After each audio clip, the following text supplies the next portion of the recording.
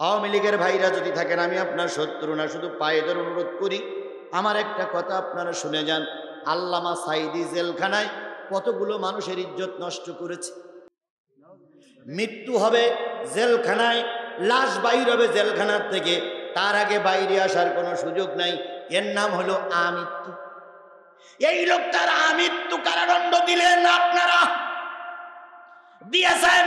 তাহলে যদি ওই লোকটাই 1 লক্ষ মা বোনের ইজ্জত নষ্ট করেই থাকে, তাহলে বিচারে আপনারা ফার্স্ট, আপনারা প্রত্যেকে নেকির অধিকারী হয়েছে। একটা ভালো কাজ তারা করেছে, আলেম ওলামাদের বিচার করেছে, বিচার করে কিছু আলেমের ফাঁসিতে দিয়েছে, আর কিছু আলেম কোথায় আছে। এটা একটা তাদের ভালো কাজ। কেন? এরা হলো যুদ্ধ অপরাধী, এরা হলো ধর্ষণকারী, এরা হলো 71 সালে মা বোনের ইজ্জত লুণ্ঠনকারী। তাই এদের বিচার করে কি করেছে? ফাঁসি দিতেছে অথবা জেলে ঢুকাইছে। প্রত্যেকের সওয়াবের অধিকারী হয়েছেন। কারণ একজন দুষ্কৃতকারীর কি হয়েছে? সাজা হয়েছে, বিচার হয়েছে, আপনারা জিতে গেছেন। আপনাদেরকে আল্লাহ পাক জান্নাত নসিব করবে। পক্ষান্তরে যদি লোকটা দোষী না হয়, যদি লোকটা অন্যায় করে না থাকে, বিনা কারণে যদি ওরে আমৃত্যু কারাদণ্ড দেন, তাহলে ওর পিছনে যারা সাপোর্ট করেছেন প্রত্যেকটা জাহান্নামী।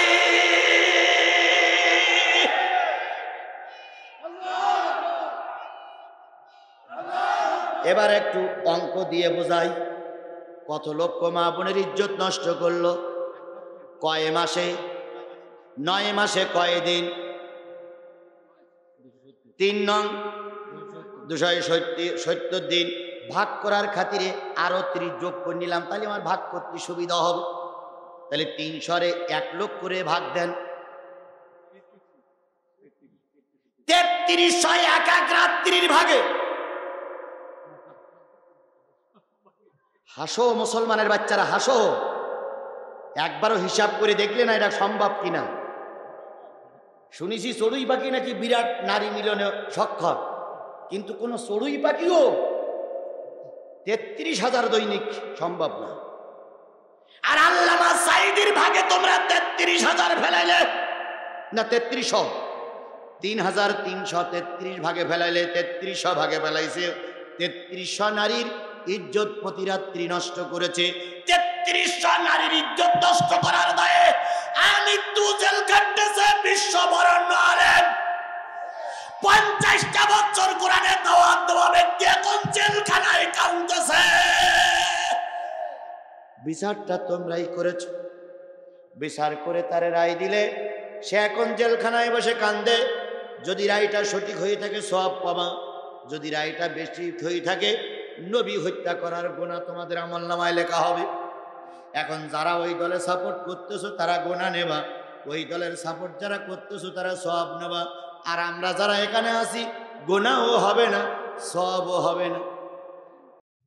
আজকে এই মুনাফিকরা যদি না থাকতো, আল্লামা সাঈদী জেলে থাকতো না।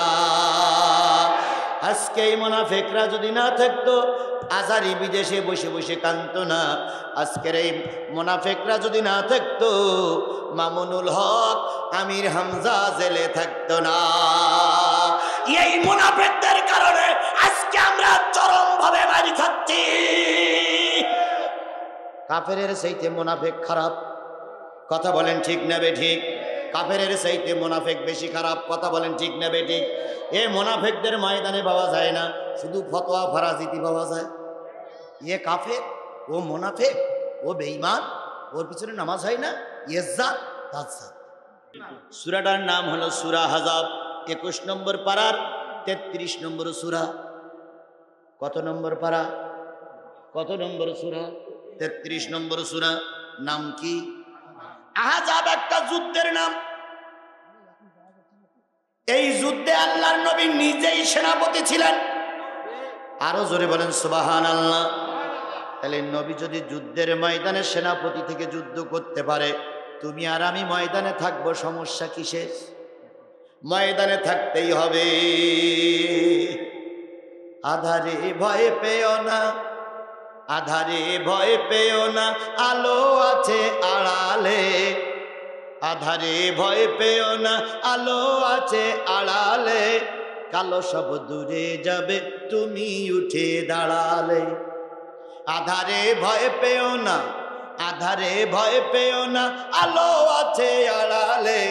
জালিমেরা পালিয়ে যাবে, তুমি রাস্তায় দাঁড়ালে। জালিমেরা পালিয়ে যাবে, তুমি রাস্তায় দাঁড়ালে। তাহলে আহজাবের যুদ্ধের সেনাপতি ছিলেন আল্লাহর নবী। কথা বলেন ঠিক না বেঠিক? বলুন তো, মুসলমানদের সঙ্গে কাফেরদের সঙ্গে সর্বপ্রথম যে যুদ্ধটা হলো, এই যুদ্ধটার নাম কি? বদর। বদরের যুদ্ধে মুসলমানদের সংখ্যা কত? 313। কাফেররা কত? 1000 কাফেরের মোকাবেলা করে 313 জন মুসলমান যদি বিজয়ের পতাকা ছিনিয়ে আনতে পারে, বগুড়ার মুসলমানরা ভয় পাচ্ছ কেন? যার যা আছে তাই নিয়ে ময়দানে নামো। কাফেরের বাচ্চা, জালেমের বাচ্চারা টিকতে পারবে না। আজ হোক কাল হোক বিজয় আসবেই ইনশাল্লাহ। আজ হোক কাল হোক কি আসবে? তাহলে বদরের যুদ্ধে মুসলমানদের জয় হয়ে গেল। কথা বলেন ঠিক নেবে ঠিক? 2 নম্বর, মুসলমানদের আর কাফেরদের সঙ্গে যে যুদ্ধটা হয়েছিল, সেই যুদ্ধটার নাম কি? অহুদ। অহুদে মুসলমানদের সংখ্যা ছিল কত? 1000। কাফেরদের সংখ্যা কত? এই 3000 আর 1000, একদিকে স্বয়ং রাসূল সেনানায়ক, আর একদিকে আবু সুফিয়ান সেনানায়ক। কারণ বদরের যুদ্ধে কাট্টা কাট্টা মাল বিদায় হয়ে গেছে। আবু জেহেল এক মাল ছিল, গেছে বিদায়। ওলীদ ইবনে মুগীরা আর এক মাল ছিল, ওটাও গেছে। উতবা সাহেবা আর এক জবরদস্ত মাল ছিল, এটাও গেছে। এখন আছে আবু সুফিয়ান। একদিকে আবু সুফিয়ান 3000 বাহিনীর মোকাবেলা করতেছে, 3000 বাহিনীর সেনানায়ক। আর একদিকে মুসলমানদের কতগুলো সেনানায়ক? 1000 বাহিনীর সেনানায়ক হয়ে 2 গ্রুপ যুদ্ধ করবে। হঠাৎ করে এক মৌলবী, এক টুপিওয়ালা, এক বুক জোড়া দাড়িওয়ালা, এক মাথায় পাগড়িওয়ালা মৌলবী 300 লোক নিয়ে যুদ্ধের ময়দানে যাওয়ার আগেই কেটে পড়ল। নাম কি? আরো জোরে।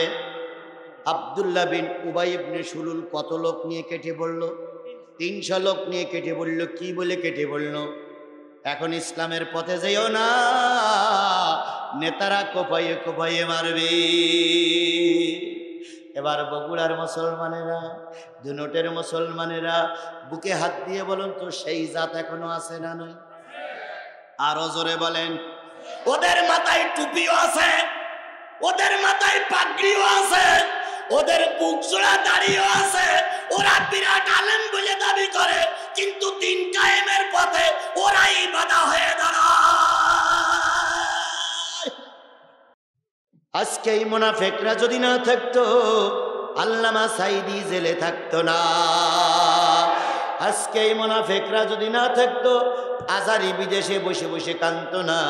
আজকের এই মুনাফিকরা যদি না থাকতো, মামুনুল হক, আমির হামজা জেলে থাকতো না। এই মুনাফিকদের কারণে আজকে আমরা চরম ভাবে মারি খাচ্ছি। কাফেরের চাইতে মুনাফিক খারাপ। কথা বলেন ঠিক না বেঠিক? কাফেরের চাইতে মুনাফিক বেশি খারাপ। কথা বলেন ঠিক না বেঠিক? এ মুনাফিকদের ময়দানে পাওয়া যায় না, শুধু ফতোয়া ফারাজিতি পাওয়া যায়। এ কাফের, ও মুনাফিক, ও বেঈমান, ওর পিছনে নামাজ হয় না, ইজ্জাত তাজ্জাত, ও জঙ্গি, ও তালেবান, ও আল কায়দা, এই ফতোয়া দেওয়ার জন্য ব্যস্ত। আমাদের কিছু লোক, আমাদের দেশের কিছু লোক ফতোয়া দিচ্ছে, অমুক দলের অমুক নেতা যদি মারা যায়, ওই নেতার যদি কবর দেওয়া হয়, ওই কবরে যদি ঘাস হয়, ওই ঘাট যদি গরুতে খায়, ওই গরুর গোশত এবং দুধ খাওয়া হারাম।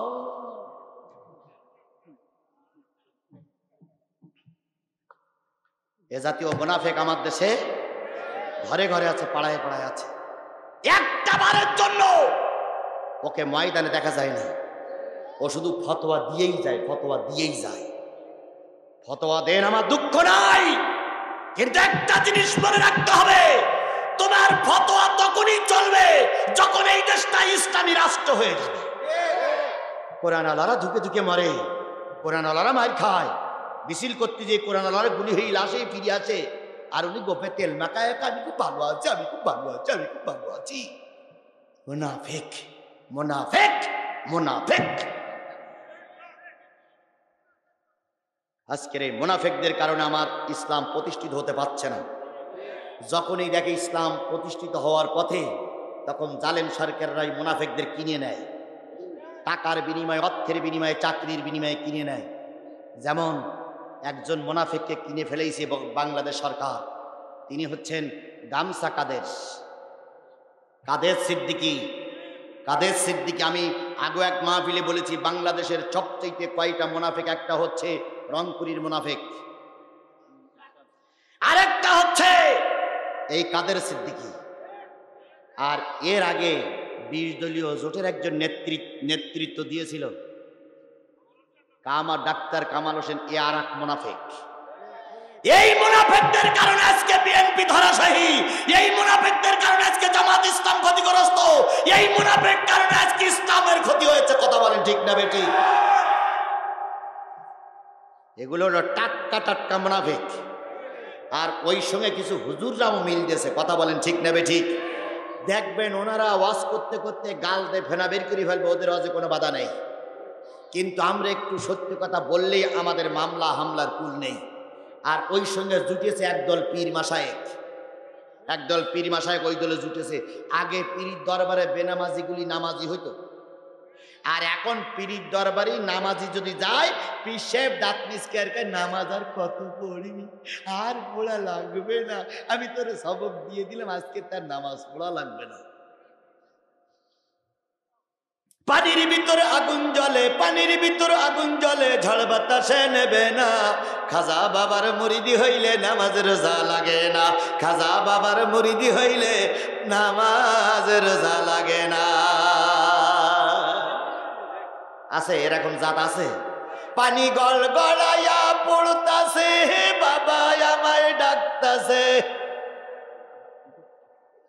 পানি গল গলাইয়া পড়তাছে, বাবা আমায় ডাকতাছে, আয় রে মানিক আমার বুকে আয়, বুকের ভিতর আছে প্রাণ, তার ভিতরে মেশিন গান, ভান্ডারি বাবা আমায় পাগল বানাইছে। এরাম জাতীয় পথভ্রষ্ট বীর আমার দেশে আছে না নাই? আরো জোরে বানাছে না নাই? কেরামান কাতিবিন রোজ মাহশরের দিন, কেরামান কাতিবিন রোজ মাহশরের দিন, আল্লাহর দরবারে যদি করে অভিযোগ, আল্লাহর দরবারে যদি করে অভিযোগ, বলবো ডেকে আমরা ছিলাম ন্যাংটা বাবার লোক। কি বাবার লোক? ন্যাংটা বাবার লোক, দেওয়ানবাগের লোক। এই কথা বলে ওরা নাজাত পেয়ে যাবে। এরা ভুলে স্বর্গে বসবাস করতেছে। কথা বলেন ঠিক না বেঠিক? আবারও গোড়ায় যাই, আল্লাহ নবী কয় হাজার লোক নিয়ে বাহির হলেন, কয়শো লোক নিয়ে মুনাফিককে কি বলল? তাহলে রসুলের দলে থাকলো কয়জন? 700 মুসলমান নিয়ে আল্লাহ নবী যুদ্ধে গেলেন। ওই যুদ্ধে মুসলমানদের ব্যাপক ক্ষতি হলো। 70 জন সাহাবী মারা গেল। আমির হামজা ওই যুদ্ধে মারা গেল। এই 70 জন মারা গেল, 70 জন আহত হলো। রসুলের এমন কোনো ঘর নাই যে ঘরে কেউ না কেউ মারা যায়নি। এটা হলো ইসলামের দ্বিতীয় যুদ্ধ। তৃতীয় যুদ্ধের নাম হলো আহজাব। আমাদের সূরাটার নাম কি? আহজাব। এই আহজাব শব্দের অর্থ হচ্ছে শত্রু বাহিনী। এবার আহজাবের সেনা সংখ্যা 3000, মুসলমানদের সংখ্যা 3000, কাফেরদের সংখ্যা 10,000। 10,000 কাফেরদের সঙ্গে মোকাবেলা করার জন্য আল্লাহর নবী 3000 সাহাবী নিয়ে মদিনা থেকে একটু দূরে সরে গেলেন। সাহাবীর সঙ্গে পরামর্শ করলেন, আমার সাহাবীরা, উহুদে মার খেয়েছি, এবার আর ময়দানে থাকবো না, আসো আমরা খন্দক খনন করি, খাল খনন করি, পরিখা খনন করি, 3 দিকে পাহাড় দিয়ে ওদের আটকাই রাখি, একদিকে পথ, ওই দিকে খাল খনন করে দেই, ওরা যেন পার হয়ে আমাদের কোনো ক্ষতি করতে না পারে। আমাদের জেতার দরকার নেই, কিন্তু আমরা যেন নিশ্চিহ্ন হয়ে না যাই। আল্লাহ নবী এই হিকমতটা কাজে লাগিয়ে খাল খনন করলেন। কাফেরেরা আসলো আবু সুফিয়ানের নেতৃত্বে এসে দেখো আল্লাহ বড় খাল খনন করেছে, ঘোড়া পার হয়েও যায় না, নিচে নামলে উঠতে পারে না, পার হয়ে ওপারেও যেতে পারে না, নিচে নামলে উঠতে পারে না। এবার আবু সুফিয়ান কয়, হায় রে, মোহাম্মদ তো কোনো স্কুলে যাই নাই, মোহাম্মদ তো কোনো ভার্সিটিতে পড়ি নাই, মোহাম্মদ তো কোনো মাস্টারের কাছে ক্লাস করি নাই। হ্যাঁ, ওরা শুধু বলতে খেলা হবে, খেলা হবে, আমরাও তো খেলা করতে জানি না, যে কি ঠিক নেবে ঠিক। খেলা করেছিল সৌদি আরব আর হলো আর্জেন্টিনা, আর্জেন্টিনা এখন কি কয়, কি কায়দায় কয়, পদ্মা সেতু হইয়েই গেল, তারপরে খেলা হবে। আমরাও তৈরি হচ্ছি ইনশাআল্লাহ, ইনশাআল্লাহ, ইনশাআল্লাহ। ডিস্টার্ব দিয়েন না, আমি আল্লাহর বান্দাদের কিছু কথা শোনাতে চাই। অনেক দিন পরে সুযোগ পেয়েছি, আর সুযোগ হতেও পারে, নাও হতে পারে। যারা চলে যাবে বুঝতে হবে এরাই ইসলামের দুশ্মন। আমি আমার বাবার কথা একবারও বলিনি, আমি কোনো দলের কথা একবারও বলিনি। শেখ হাসিনা 100 বছর ক্ষমতায় থাক, আমরা নামাতেও এখানে আসিনি, কথা বলেন ঠিক না বে ঠিক। শেখ হাসিনা 10 বার হলো দলের প্রধান, ওনারাই করে গণতন্ত্রের মানুষ কন্যা ওনারা। তাহলে গণতন্ত্রের যদি মানুষ কন্যা হয়, একজন নেত্রী 10 বার কি করে সভাপতি থাকে? কোথায় গণতন্ত্র, কোথায় গণতন্ত্র? জিয়া মারা গেছে, জিয়ার বউ ক্ষমতায়। শেখ মুজিবার মারা গেছে, মুজিবারের মেয়ে ক্ষমতায়। এরশাদ মারা গেছে, এরশাদের সুটকি বুড়ি ক্ষমতায়। কোথায় গণতন্ত্র? গণতন্ত্র আমাদের দেশে অনেক আগে 40 দিয়ে বিদায় হয়ে গেছে, কথা বলেন ঠিক না বে ঠিক। এগুলো গণতন্ত্র আমরা মুখে মুখে বলি, গণতন্ত্রের গহ্বর আমাদের ভিতরে নাই। যে যখন ক্ষমতায় থাকা তার হাতেই তখন পাওয়ার, কথা বলেন ঠিক না বে ঠিক। আমার ভাইয়েরা, আহজাব মানে হলো পরীক্ষা, খাল খনন, খাল খনন করলেন নবী। কাফেরেরা এসে দেখে আশ্চর্য ব্যাপার, নবী তো কোনো বিশ্ববিদ্যালয়ে পড়ি নাই, এই খাল খনন পরিকল্পনা কি করে হলো? উদউ ইলা সাবিলি রব্বিকা বিল হিকমা, হিকমত মানে হলো বিজ্ঞান, বিজ্ঞান মাথায় কাজে লাগাও, আলাদা হিকমত কাজে লাগাও, কাজ হবে। হিকমত কাজে লাগালেন, 1 মাস ধরে কিল ঘুষি চলল, ইট পাটকেল মারামারি চলল, এদিকে ওরা, এদিকে এরা, এদিকে মুসলমান, ওদিকে কাফের, খালের 2 পারে ইট পাটকেল মারামারি করে, আর শুধু রোকারোকি করে। এসে দেখ, এসে দেখ, এসে দেখ, নবীজি কয় পার হইয়ে দেখ, পার হইয়ে দেখ। ওরা কয় এসে দেখ, আর এরা কি বলে? পার হইয়ে দেখ। 2 পক্ষে রোকারাকি করলে 28 না 29 দিন হয়ে গেছে, জেতার কোনো লক্ষণ কারোর পক্ষ নাই। কারণ এরা খালের এই পারে দাঁড়িয়ে তীর ধনুক নিয়ে দাঁড়ায় আছে, আর ওরা ওই পারে ঘোড়ার পিঠে শুধু বলে আসবো। মোহাম্মদ সাল্লাল্লাহু আলাইহি ওয়াসাল্লাম লোক বলে আয়, এরম পাওয়ার আছে। রোকারকি করার পরে 29 দিন যখন হয়ে যায়, আল্লাহ নবী তখন বললেন, ও আমার সাহাবীরা, 29 দিনে, এতদিন তো যুদ্ধের ময়দানে থাকার কথা না, তাহলে নিশ্চয়ই কোনো আমলের ত্রুটি হচ্ছে। তা না হলে যুদ্ধে আল্লাহ পাক কেন বিজয় দেয় না? লোক সংখ্যার আধিক্য দেখে যুদ্ধে বিজয় হয় না, বিজয় হয় কার রহমতে? তুমিও লোক সংখ্যা থেকে, আধিক্য থেকে বিজয় অর্জন করতে পারবে না। পুলিশ, র্যাব, বিজিবি আছে বলে আনন্দ করো না। যারাই তোমার পক্ষে আছে তারাই একদিন হয়তো ফুটুস করে তাড়াইয়া দেবে। শহীদ প্রেসিডেন্ট জিয়াউর রহমান আপনার এলাকার মানুষ, জনগণ মেরেছিল না সেনাবাহিনীতে মেরেছিল? বুঝে শুনে বলেন কারা মেরেছিল? দেশের স্থপতি মরহুম মুজিবুর রহমানকে জনগণ পিটাই মেরেছিল না সেনাবাহিনীতে মেরেছিল? সেনাবাহিনী মেরেছিল। ভারতের ইন্দিরা গান্ধী বিশাল নেতা, জনগণ মেরেছিল না সেনাবাহিনীতে মেরেছিল? তাহলে যত বড় বড় নেতা মারা গেছে সব কাছের লোকেরাই মেরেছে, কথা বলেন ঠিক না বেঠিক? আমরা মারবো না, আমরা শুধু দোয়া করি আল্লাহ তোমার ফয়সালাটা চাই। কারা মারবে বুঝতে পারবা না।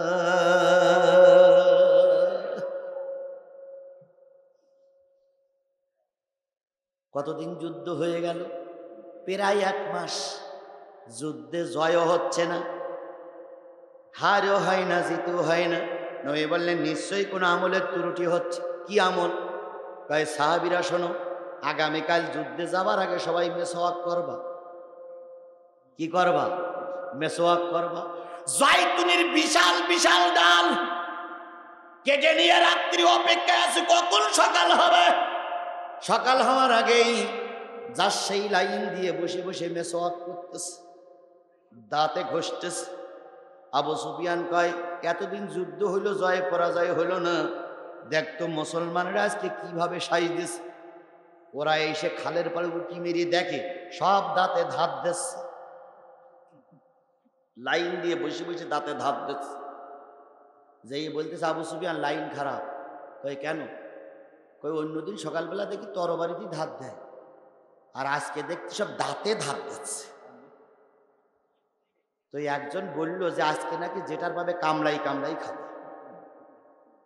আবু সুফিয়ান বলতে লাইন খারাপ, শিগগির পালা। ওই যুদ্ধে আল্লাহ পাক মুসলমানদের বিজয় দান করলেন, জোরে বলেন সুবহানাল্লাহ।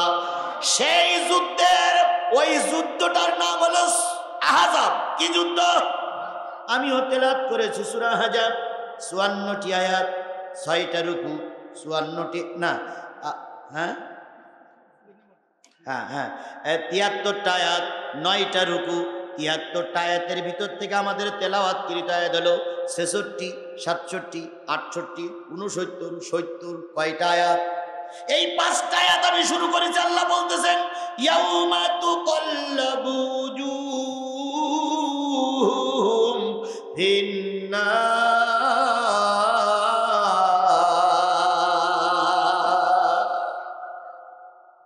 সেদিনের কথা মনে করো, যেদিন একদল মানুষের চেহারা আর অন্তর আগুন দিয়ে পোড়াই দেওয়া হবে। চেহারা আর অন্তর কি দিয়ে পোড়ানো হবে? কোন দিন? ইয়াউমাল কিয়ামাতা, কিয়ামতের দিন। একদল মানুষের চেহারা আর অন্তর কি দিয়ে পোড়ানো হবে? আগুন দিয়ে পোড়ানো হবে। ইয়াকুলুনা ইয়া লাইতানা আতানা আল্লাহ ওয়া আতানার রাসূলা। সেদিন যাদের চেহারা আর অন্তর আগুন দিয়ে পোড়ায় দেওয়া হবে, সেদিন তারা বলবে হায় আফসোস, যদি আমরা আল্লাহর আনুগত্য করতাম, রাসূলের নেতৃত্ব মেনে চলতাম, আমাদের এ দশা হতো না। তাহলে বোঝা গেল আল্লাহ এবং রাসূলকে যারা মেনে চলবে না, তাদের চেহারা আর অন্তর কি দিয়ে পোড়াই দেওয়া হবে? জোরে বলেন, কি দিয়ে পোড়াই দেওয়া হবে? আমাদের দেশের অনেক লোকই এখন বলতেছে রাগ তোর আল্লাহ, রাগ তোর রসুল। এরম কথা বলা লোক বগুড়ায় আছে না নাই? আরো জোরে বলেন আছে না নাই? তাই যদি না থাকবা, বগুড়া সাত মাথায় গান চলে, বগুড়া সাত মাথায় কেন কোরআনের মাহফিল চলে না? তাই যদি না থাকবা, তোমরা মিছিল করো এক স্লোগান দিয়ে, নারায়ে তাকবীরের স্লোগান দিয়ে, আমরা ময়দানে নামতে পারি না কেন?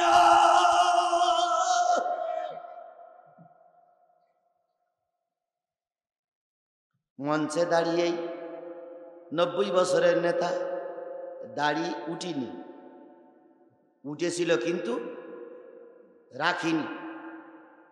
মঞ্চে হইছে উনি প্রধান মেহমান বা প্রধান অতিথি অথবা প্রধান বিরাট একটা কিছু। 90 বছর বয়স, এখনো কি উঠিনি? দাড়ি উঠিনি, জীবনেও টুপি মাথায় দেয় না।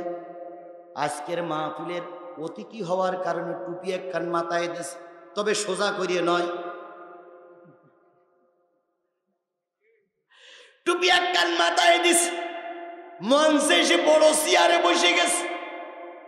কমিটির লোক ঘোষণা করলো অমুক অতিথি এবার কথা বলবে। উনি দাঁড়াই বলতেছে বিসমিল্লাহির রহমানির রহিম, সালাম আলাইকুম। বিসমিল্লাহ সহি করে পড়তে পারে না, সালাম শুদ্ধ করে দিতে পারে না। এরকম নেতাদেরকেও আমাদের অতিথি বানানো লাগে। যদি না বানাও মাহফিল হবে না।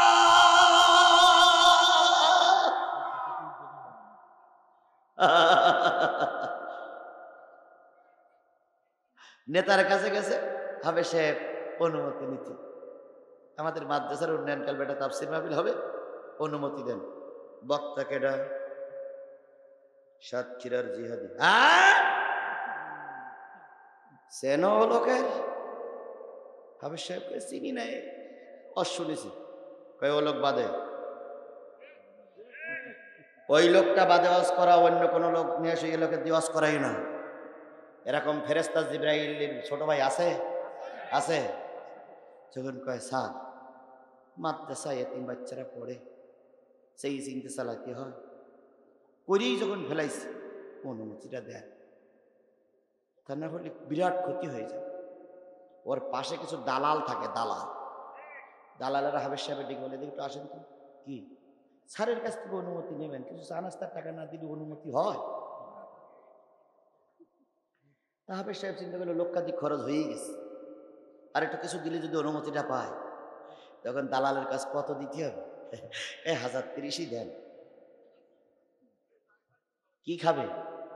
চা নাস্তা। তাহলে 30,000 টাকা চাঁদা দিয়ে অনুমতি নিয়ে কোরআনের মাহফিল করতে হয়। কথা বলেন ঠিক না বে ঠিক? কি খাবে? চা নাস্তা খাবে। তাহলে চা নাস্তা খাতে যদি 30,000 টাকা সকালবেলা লাগে, তাহলে দুপুরবেলার গোশ ভাত যখন খাবে তখন ওর লাখ লাগবে। এ জাতের জাত কি আমাদের দেশে আছে? খাও।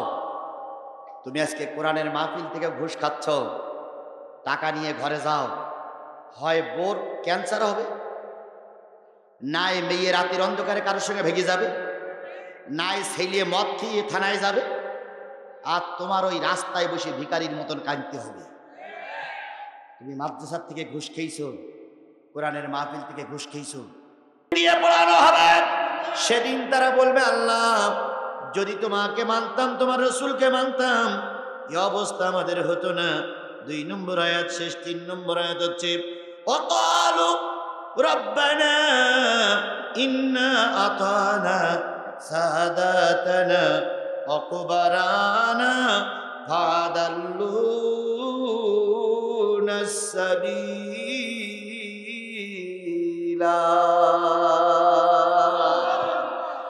তারা বলবে হে আমাদের প্রতিপালক, নিশ্চয়ই আমরা মেনে চলতাম নেতাদের। কাদের?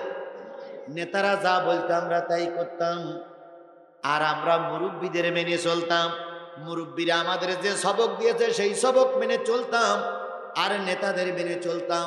এই নেতার মুরব্বীরা আমাদের ধর্মের পথ থেকে পথভ্রষ্ট করেছে। তাহলে বোঝা গেল কয় গ্রুপ মানুষকে ধর্মের পথ থেকে পথভ্রষ্ট করে। এক হলো নেতা, আর এক হলো মুরব্বী। এক হলো নেতা, আর এক হলো কি? আজকাল আমাদের সমাজে কিছু নেতা আছে ধর্মের কথা সহ্য করতে পারে না। কথা বলেন ঠিক না বে ঠিক?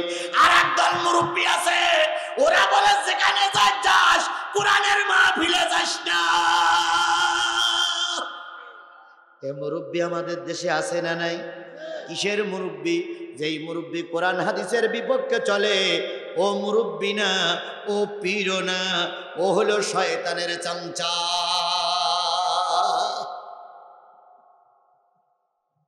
প্রত্যেকটা দলের একজন করে নেতা আছে। আওয়ামী লীগ করলে আওয়ামী লীগের একজন নেতা আছে, বিএনপি করলে বিএনপির একজন নেতা আছে, তাবলিগ করলে তাবলিগের একজন নেতা আছে, চরমনাই করলে চরমনের একজন নেতা আছে, হেফাজত করলে হেফাজতের একজন নেতা আছে, জামাত ইসলাম করলে জামাত ইসলামের একজন নেতা আছে। কথা বলেন ঠিক না বেঠিক? যেই নেতার অনুসরণ অনুকরণ করলে মানুষ বেনামাজি হয়, ওই নেতাও জাহান্নামী, তুমিও জাহান্নামী। বোঝার লক্ষণ কি? আজকের এই মাহফিলে আমরা কয় হাজার লোক হতে পারি? কয় হাজার? কেউ বলতেছে 10,000, পিছনতে একজন বলেছে 8,000। দরকার নেই, ধরে নিলাম 5,000 পুরুষ লোক। কয় হাজার? 5,000 পুরুষ লোক। আমরা কি শুনতেছি? কোরআন শুনতেছি। আগামীকাল এখানে একটা সমাবেশ হবে, যে কোনো একটা পার্টির সমাবেশ হবে, আওয়ামী লীগের হোক আর বিএনপির হোক, জাতীয় পার্টির হোক, জামাত ইসলামের হোক, সমাবেশ হবে। হঠাৎ করে মসজিদ, এখান থেকে কত দূর? মসজিদ এই মসজিদ আজান হলো, আজান শোনার পরে যদি মাইক বন্ধ হয় আর নেতা এবং কর্মী যদি সব মসজিদে গিয়ে নামাজ পড়ে, তাহলে বুঝতে হবে ওই দলটা জান্নাতি দল। কি দল? আর পরের দিন আরেকটা দল সমাবেশ করতে আসলো। আসার পরে একই সময় আজান হলো। শতকরা 5 জন বুড়ো অথবা হাই সাহেব নামাজ পড়তে গেল, আর শতকরা 90% সিগারেট টেনে বেড়ালো, রাস্তাঘাটে ঘুরে বেড়ালো। আল্লাহ রসুলের ভাষায় এই দলটা জাহান্নামী। এই দলের সঙ্গে যারা থাকবা তারাও জাহান্নামী, এই দলে যারা ভোট দেবা তারাও জাহান্নামী, এই দলের কাছ থেকে যারা সাহায্য নেবা ওরাও জাহান্নামী। কারণ কিয়ামতের দিন সর্বপ্রথম যারা জান্নাতে যাবে তারা নামাজি। সর্বপ্রথম যারা জান্নাতে যাবে তারা কি? আর সর্বপ্রথম যারা জাহান্নামে যাবে এরা বেনামাজি। তাহলে বেনামাজি যদি জাহান্নামে যায়, যে দলে বেনামাজি বেশি ওই দলে থাকা যাবে না। কথা ক্লিয়ার? কথা ক্লিয়ার? এর চাইতে ভালোবাসা আমার কাছে আর নেই। যেই দলে বেনামাজি বেশি ওই দলে থাকলে কোথায় যেতে হবে? জাহান্নামে। আর যেই দলে নামাজি বেশি ওই দলে থাকলে কোথায় যাওয়া যাবে? তাহলে আমরা জান্নাতে যেতে চাই না জাহান্নামে যেতে চাই? এখানে তাবলিগীর ভাইরা আছেন, আওয়ামী লীগের ভাইরা আছেন, চরমনার ভাইরা আছেন, হেফাজতের ভাইরা আছেন, জামাতের ভাইরা আছেন, বিএনপির ঘাটির ভাইরা আছেন। সকলের পায়ে ধরে অনুরোধ করে গেলাম, ভাইরে যে দলে নামাজি বেশি সেই দলে থাকো, পরকালে নাজাত পাওয়া যাবে। আর যে দলে বেনামাজি বেশি ও দলে থেকো না। মান তাসাব্বা বিকওমিন ফাহুয়া মিনহু। যেই জাতির সঙ্গে যেই জাতির ওঠা বসা ওই জাতির সঙ্গে হয় জান্নাত না হয় জাহান্নাম। আমরা সবাই মিলেমিশে থাকবো নামাজিদের সাথে, আমরা বেনামাজির সঙ্গে থাকবো না। এবার বলুন তো, যারা সরকারে আছে তারা কি সব খারাপ কাজ করতেছে? ভালো কাজও করতেছে। একটা ভালো কাজ তারা করেছে, আলেম ওলামাদের বিচার করেছে। বিচার করে কিছু আলেমের ফাঁসিতে দিয়েছে, আর কিছু আলেম কোথায় আছে? এটা একটা তাদের ভালো কাজ। কেন? এরা হলো যুদ্ধ অপরাধী, এরা হলো ধর্ষণকারী, এরা হলো ৭১ সালে মা বোনের ইজ্জত লুণ্ঠনকারী। তাই এদের বিচার করে কি করেছে? ফাঁসি দিতেছে অথবা জেলে ঢুকাইছে। আওয়ামী লীগের ভাইরা যদি থাকেন, আমি আপনার শত্রু না, শুধু পায়ে ধরে অনুরোধ করি, আমার একটা কথা আপনারা শুনে যান। আল্লামা সাঈদী জেলখানায় কতগুলো মানুষের ইজ্জত নষ্ট করেছে।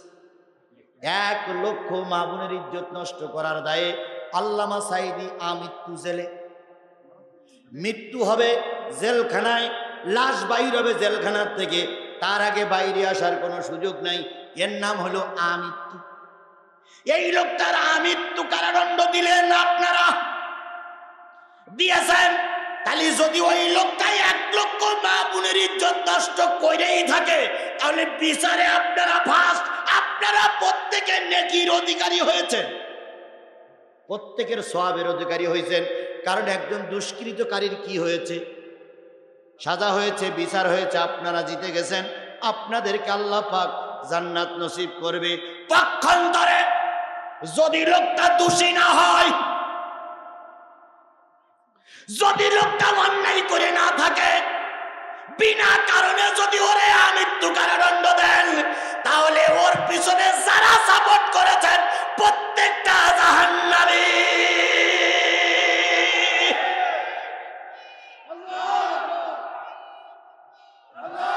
এবার একটু অঙ্ক দিয়ে বোঝাই, কত লক্ষ মা বোনের ইজ্জত নষ্ট করলো? কয় মাসে? 9 মাসে কয় দিন? 3 নং 270 দিন। ভাগ করার খাতিরে আরো 30 যোগ করে নিলাম, তাহলে আমার ভাগ করতে সুবিধা হবে। তাহলে 300-এ 1 লক্ষ করে ভাগ দেন। 3300 এক রাত্রির ভাগে। হাসো মুসলমানের বাচ্চারা, হাসো। একবারও হিসাব করে দেখলে না এটা সম্ভব কিনা? শুনেছি চড়ুই পাখি নাকি বিরাট নারী মিলনে সক্ষম, কিন্তু কোন চড়ুই পাখিও 33,000 দৈনিক সম্ভব না। আর আল্লামা সাঈদীর ভাগে তোমরা 33,000 ফেলাইলে না, 3300, 3,333 ভাগে ফেলাইলে, 3300 ভাগে ফেলাইছে। 3300 নারীর ইজ্জত প্রতি রাত্রি নষ্ট করেছে। 3300 নারীর ইজ্জত নষ্ট করার দায়ে আমৃত্যু জেল কাটতেছে বিশ্ববরণ্য আলেম 50টা বছর কোরআনের দাওয়াত দেওয়া ব্যক্তি এখন জেলখানায় কাঁদতেছে। বিচারটা তোমরাই করেছ, বিচার করে তারে রায় দিলে সে এখন জেলখানায় বসে কান্দে। যদি রায়টা সঠিক হয়ে থাকে সওয়াব পাবা, যদি রায়টা বেশি হয়ে থাকে নবী হত্যা করার গুনাহ তোমাদের আমলনামায় লেখা হবে। এখন যারা ওই দলে সাপোর্ট করতেছো তারা গুনাহ নেবা, ওই দলের সাপোর্ট যারা করতেছো তারা সওয়াব নেবা। আর আমরা যারা এখানে আছি গুনাহও হবে না, সওয়াবও হবে না।